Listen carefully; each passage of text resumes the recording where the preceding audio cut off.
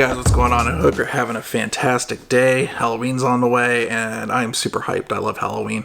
But anyways, I did get the Nintendo Online Expansion pack. I tried it out, and I gotta tell you, I'm shocked. So part of the reason I got it is I've been hearing some things, and I've gave Nintendo the benefit of the doubt. Nintendo's done a great job with a lot of emulators, starting with the NES Classic.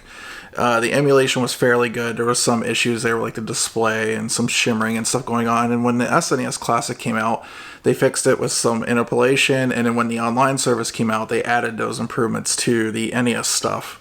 On top of like actually them running at 1080p instead of 720. And then when they released 3D All-Stars and we saw the emulator running for both Mario 64 and the GameCube game, I was really impressed. I was really impressed with how those ran and some of the updates that they did to it and stuff like that. Now, I knew there wasn't going to be any updates to this. This was just going to be raw N64 games coming to the online service. But, God, it's so depressing. And when you look at Mario 64 compared to 3D All-Stars and you see like the updates that they did in that, game looks so much better in HD. These do not hold up in HD at all. And this goes back to what I was saying. Somebody that personally did not like the N64. I just thought a lot of those games looked ugly, even back on a CRT. When you put them on HD TV, it does not do it any favors. I'm sorry if that was a system you grew up with. I know we're getting in that generation where everybody grew up with their favorite system, and it's N64 right now, GameCube era, but it does not hold up. Now, about input lag, I tried it, and yes, there is some substantial input lag. It's about 5 to 8 frames from what I've been able to see.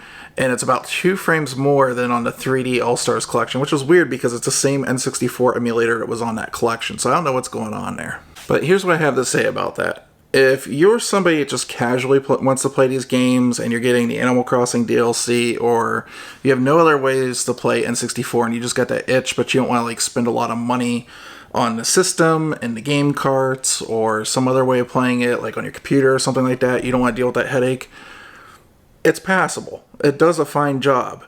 Just keep in mind that if you are super nostalgic focused, if you're like me, and my problem with emulators always was, this is not the way I remember this running or playing or sounding. If you're that person, this ain't going to work for you. You're going to be better off either getting original hardware, or maybe, lo and behold, one day somebody comes out with like a really good emulator that's almost like perfect to the original hardware. So anyways, here's a little side-by-side of Mario 64 on the 3D All-Stars and Nintendo Switch Online. Dear Mario, please come to the castle. I have baked a cake for you. Yours truly, Princess Toadstool.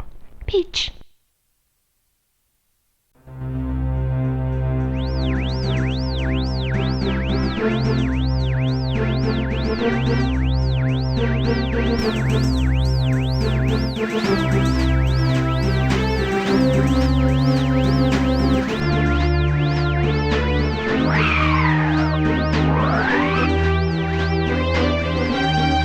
So something I noticed was it seemed like Mario 64, let alone the improvements that they did with the texture work and stuff to make it look a lot cleaner on 3D All-Stars, it seemed like the audio was just a tad bit better to me. I don't know if it's just me or I'm crazy in that way, but the audio on the N64 games in general is, I mean, it's as good as the hardware, but there's ways to make this stuff sound a little bit cleaner, bump it up to 48 kilohertz.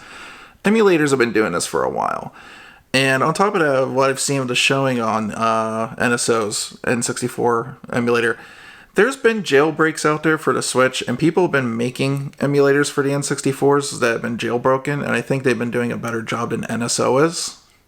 So that's what's really disappointing about this. But as far as Sega Genesis goes, Genesis is just as good as any other collection or any online collections, whether it be the SNES or NES, and it's fairly good. It's really amazing what they've done. They got the rewind feature in there already.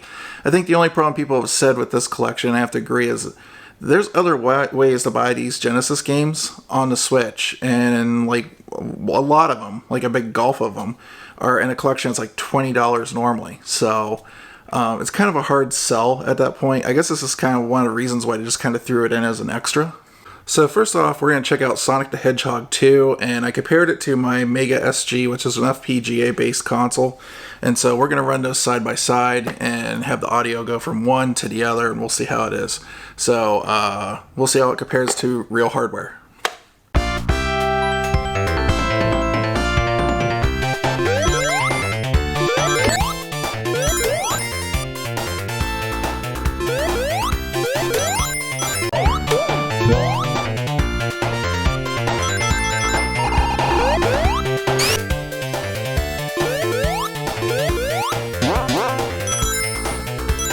Alright, for next comparison, we're going to try out Contra Hard Corps for the Sega Genesis.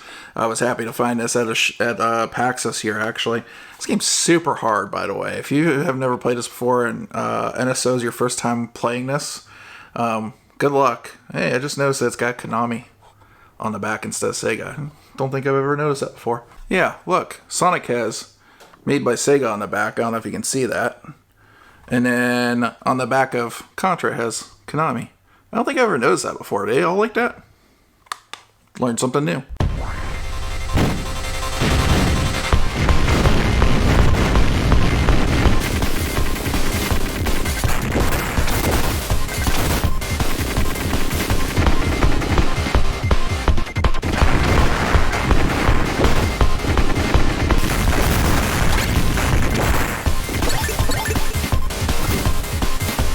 And here's a comparison of Castlevania Bloodlines on NSO, on the Castlevania collection for the Switch, and on the Mega SG.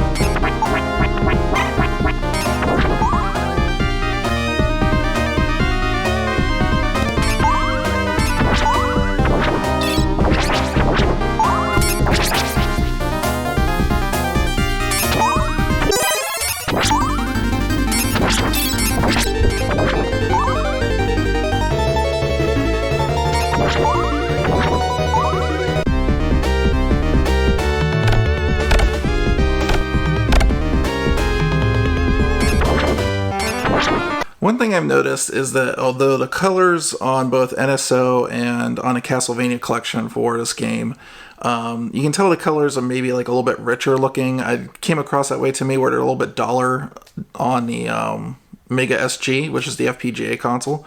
However, I can tell you, like, just the graphics themselves, to me, look a little bit more crisper. And it might not come through on YouTube, but on my TV it looked a lot crisper. And the audio is way, way better. I mean, it doesn't even compare. Anyways, I would just describe this as disappointing show from Nintendo, unfortunately. Anyways, thanks for watching the video, guys. If you liked it, give me a thumbs up, subscribe if you haven't, and leave some comments or leave a comment in the comments down below. That's a tongue twister, isn't it? Anyways, guys, have a good night.